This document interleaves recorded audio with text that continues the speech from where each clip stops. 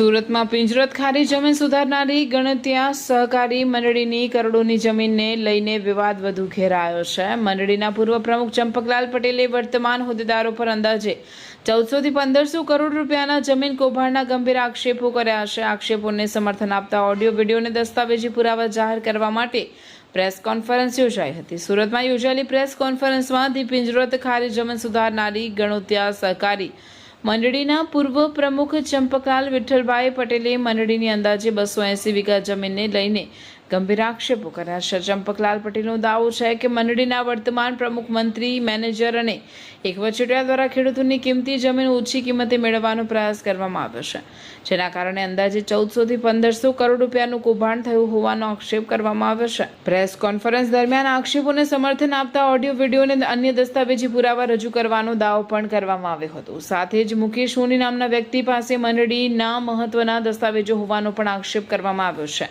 પૂર્વ પ્રમુખે સમગ્ર મામલે નિષ્પક્ષ તપાસની માંગ કરી છે અને જવાબદારો સામે કાયદેસરની કાર્યવાહી કરવાની માંગ ઉઠાવી છે। રિપોર્ટર નૈતિક રેશમવાળા, સુરત। નામ નહીં તો પૈસા કેવા ખાવા આપવાના?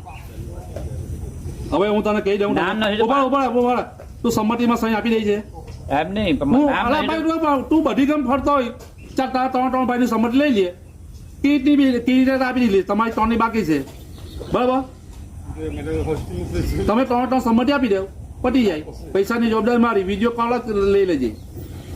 પંકજ કે મુકેશ સોની જે કોઈ છે તે વસ્તુ વ્યક્તિ આખી અલગ છે। મુકેશ સોની નથી, રાજકારણ છે। સંદીપ બેહાને, CR પાટીલ ને મુકેશભાઈ આ લેવાના છે જમીન આપડી। એ મુકેશ સોની નથી લેવાનો, મુકેશ સોની તો ખાલી એ જ, બાકી આ છે ને આપણને વગાડી જાય એવું કામ છે। બાકી તમને કોણ ચાલાવલા કરે કે ભાઈ આવે એટલે મારી પાસે 4 લાખ રૂપિયા દી આવે, તમે તમારા બધાને કેટલા હાથે વાત કરવાની મળે એમ?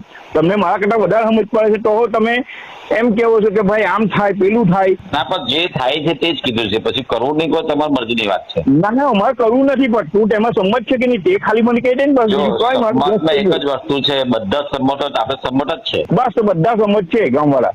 બસ તો પછી તમે સામાન્ય સભા ઠરાવ કરાવી દો, વાત પતી। હા, હું એમ જ કહું છું, કામ તમે લાંબુ ખેંચ્યા કે તમે આ જમીનને કરવાના શું છે? જેટકોને લાઈને કલાકોને ઉખડીને ઉડાડ લાખો, ચાલો આપણે જમીન ખેતી કરીએ।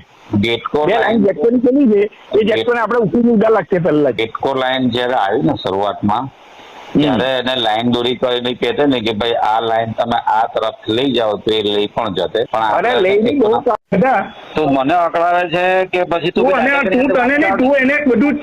બધું એને ચેતવે છે કે તું આપણે સહી નહીં કરવાની, આપણે આમ સવાલ પૂછવાના મીડિયાની જેમ હેરાન કરવાના આ લોકોને।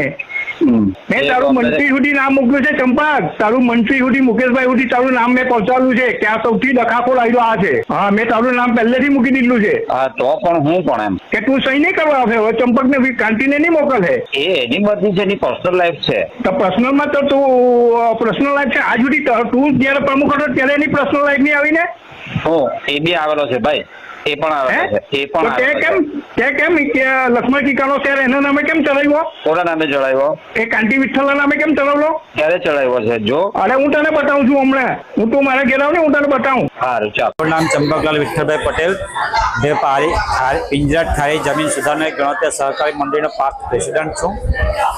અગાઉ જે આપણે પ્રેસ કોન્ફરન્સ રાખેલી તેના ખુલાસા બાબતમાં એક પેટા સભાસદ જસવંતભાઈએ ખુલાસો જે આપેલો અને એમણે જે ખુલાસા કરેલા એ તદ્દન ખોટા છે, તે બાબતના અમે ખુલાસા આજ રોજ કરીએ છીએ। અને એમણે એવું કીધું હતું કે અમે જમીન વેચવા નથી નીકળ્યા, તો એ જમીન નથી વેચવા નીકળ્યા, તે બાબતના અમે આ પુરાવા આપીએ છીએ। પ્રમોદભાઈ પોતે પોલીસ સ્ટેશનમાં જવાબ આપેલા છે કે આ તારીખે અમે જમીન વેચવા માટેની સંમતિ બાબતમાં સહી કરવા માટે દરેક સભાસદને બોલાવેલા, તેનો આ પુરાવો છે। બીજી વસ્તુ એમનું કહેવું એમ છે કે ચંપકભાઈ સભાસદ છે જ નહીં, તો આ ઓડિયો તમે આ વિડીયો જોઈ લો કે વિડીયોમાં પ્રમોદભાઈ શું કહે છે, સહી કરવા માટે જબરજસ્તી કરે છે, એ બાબતના તમને આ પુરાવા છે।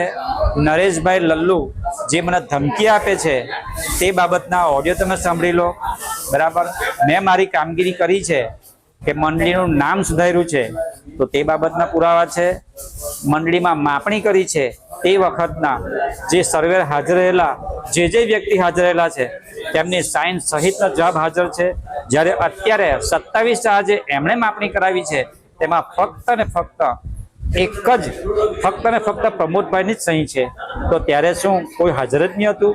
અને એમણે જે બતાવ્યા છે આ પ્રમાણે હિસ્સા, તો સ્થળ પર આ પ્રમાણેના કબજા ક્યાં છે? 10 છે.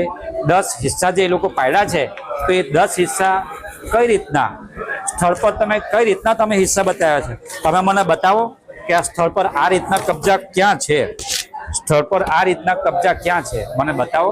તમે એફિડેવિટમાં લખો છો કે આ જે સ્થળ પર કબજા પ્રમાણે અમને હિસ્સા પાડે, સ્થળ પર આ પ્રમાણે 10 હિસ્સા છે જ નહીં, તો તમે આ પ્રમાણે એફિડેવિટ કરીને કઈ રીતના તમે બ્લોક વિભાજન કરી શકો? તમે સરાસર ખોટું બોલો છો. ખરેખર પ્રમુખ અને સેક્રેટરી એ ખુલાસો આપવાનો છે, તેની જગ્યાએ પેટા સભાસદ જે છે એ આ ખુલાસો આપે છે. જસવંતભાઈ પોતે આ 12 મહિનાથી આ મંડળીમાં જોડાયેલા છે. એમને આ મંડળીનું કોઈ કશું ખબર જ નથી કે કેટલી જમીન છે, કેટલા બ્લોક છે, અને ભાગલા માટેની પ્રોસેસ ચાલે છે તે એમને જ ખબર નથી. નરેશભાઈ ધમકી વારંવાર મને આપે છે, તેના પુરાવા છે. તો કેમ હું સભાસદ જ નહીં હોઉં તો પછી તમે મને ધમકી હું કામ આપો છો? અમુક હોવા અંગેનો મારી પાસે પુરાવા છે.